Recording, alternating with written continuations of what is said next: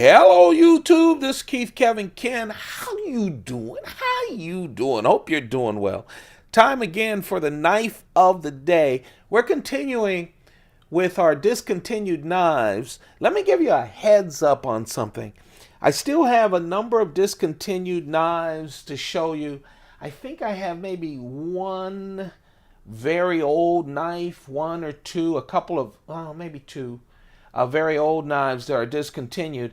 And then a lot of the other discontinued knives is like this one.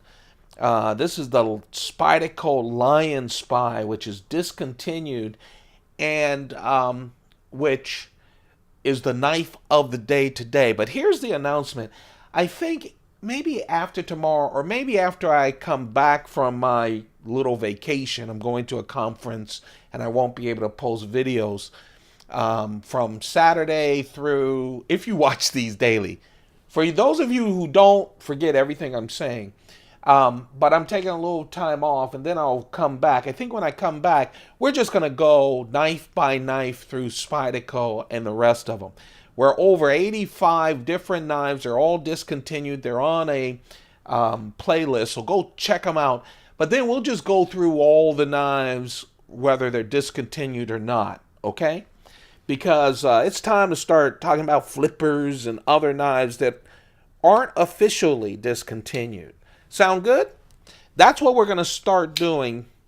But to round out this week, we'll do the other discontinued knives. This is a discontinued knife. It's one of those modern, no longer being sold knives. This is the Spyderco LionSpy. This is Spyderco, who teamed up with Lion Steel to create really two knives. This is the big LionSpy. There is a little LionSpy that we'll show later on in this series. It's exactly this, but smaller. And Spyderco does that a lot. This was basically Lion Steel and Spyderco coming up with a knife that resembled Lion Steel's very popular SR1. The SR1 looks like this, feels like this sorta, but doesn't have the Spidey hole, okay, that gives it the hump. So let's talk about it. This is a hard use knife. Now guys, there's no secret, I'm an office dweller. Trust me, I don't live in the office. Used to, don't. And so I don't do a lot of heavy use stuff. But the SR1 from Lion Steel and this, the LionSpy, is built for hard use knives. So let's talk about this knife. It's a really nice knife. I was so happy to get it. I don't own a Lion Steel knife.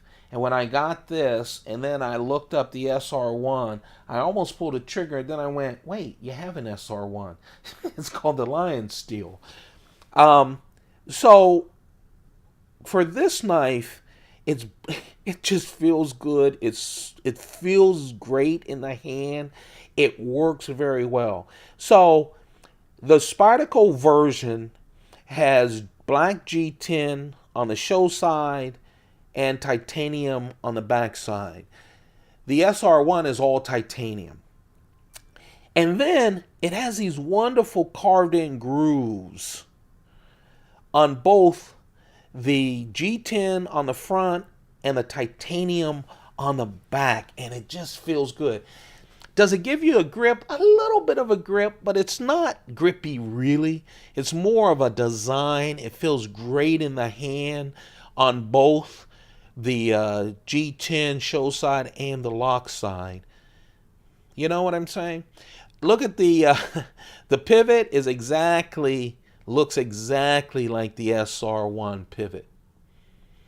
But I love when Spyderco goes that extra mile. You know, Spyderco doesn't spend a lot of time on pivots, the look of the pivot, but just really nice. This is a very quality knife that I'm very happy to own. And the little Spy looks great as well. So you can see the lanyard hole Kind of half and half open construction.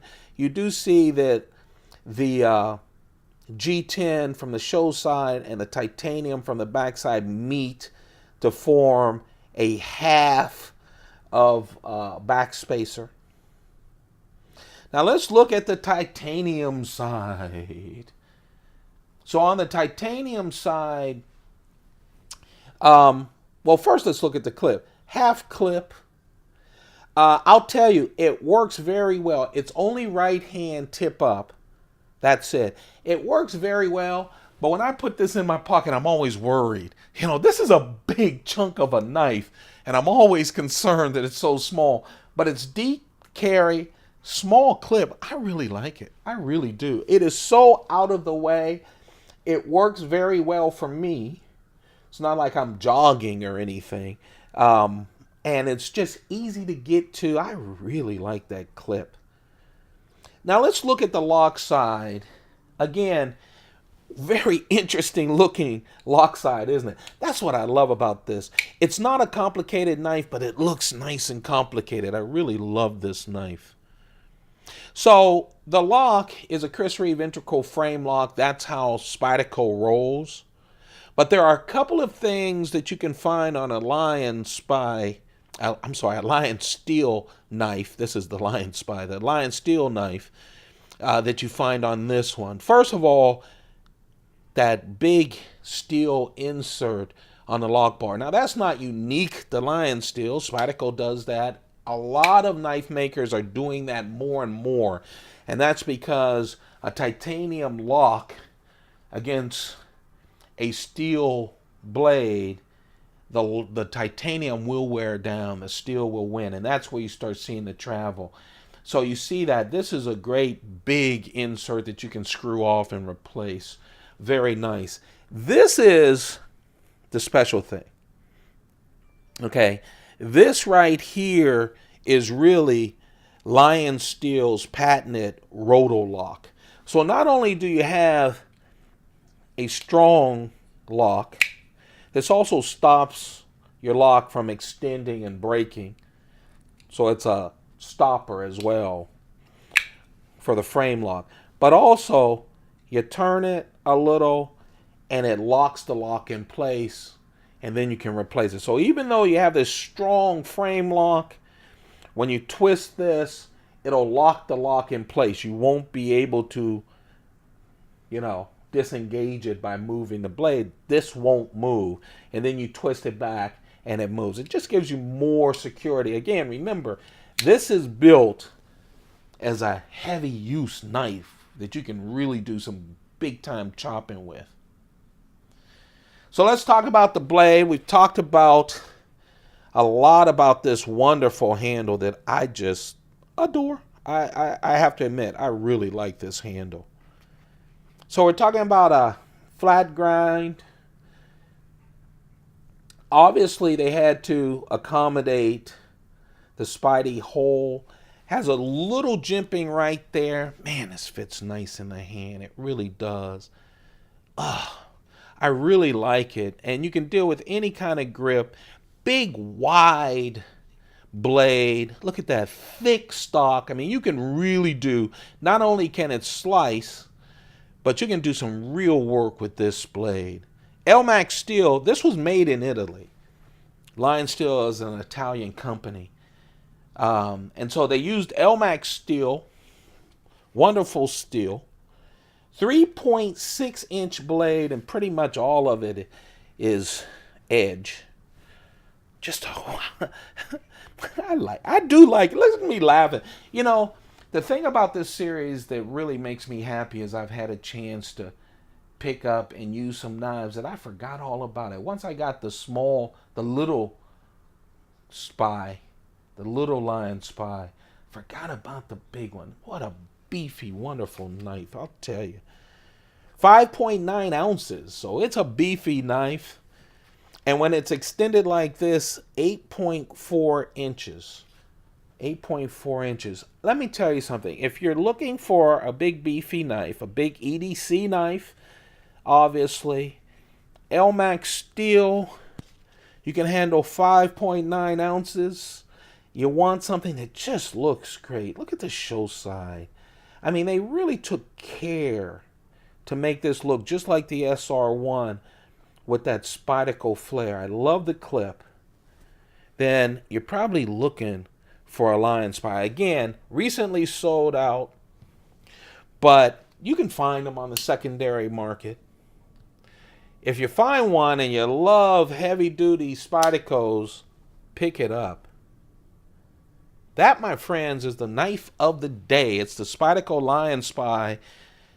The collaboration between Spyderco and Lion Steel to come up with this merged product that's similar, very similar to the very popular Lion Steel SR1.